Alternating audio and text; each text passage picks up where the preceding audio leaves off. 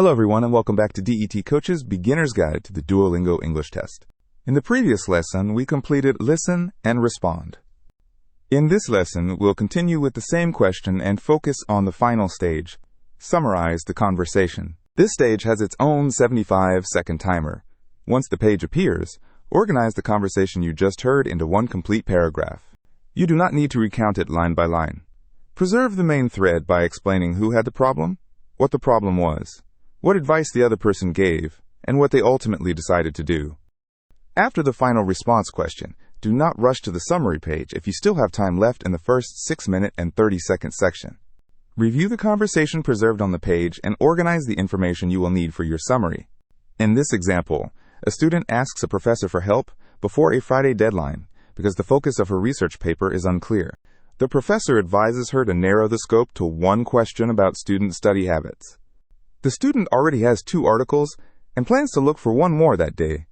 She decides to revise the research question first, then prepare an outline and source list for the professor to review the next day. If you selected an incorrect response earlier, use the correct option shown by the system.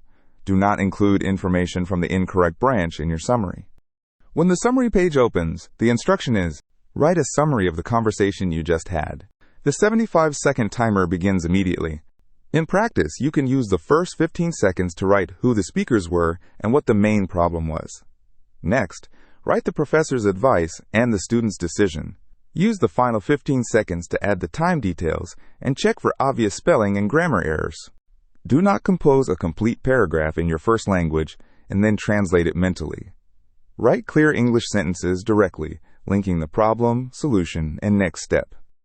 Begin with this sentence.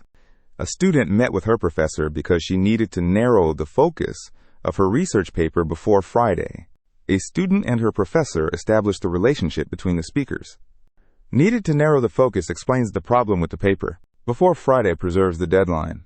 Once the first sentence is complete, the background of the summary is clear. Use the second sentence for the professor's advice. The professor advised her to focus on one question about student study habits, and the student planned to find one more source. This sentence combines the professor's advice with the student's plan to gather another source. There is no need to recount the 2 rounds separately. Use the third sentence for the student's decision. She decided to revise the question first and prepare an outline for the professor to review the next day. This preserves the order of actions and makes the next day's review plan clear. Together, the 3 sentences form one complete summary. A student met with her professor because she needed to narrow the focus of her research paper before Friday. The professor advised her to focus on one question about student study habits, and the student planned to find one more source. She decided to revise the question first and prepare an outline for the professor to review the next day. The first sentence gives the problem, the second gives the advice, and the third gives the decision and next step. Write the summary in the third person. Change I from the response options to the student or she.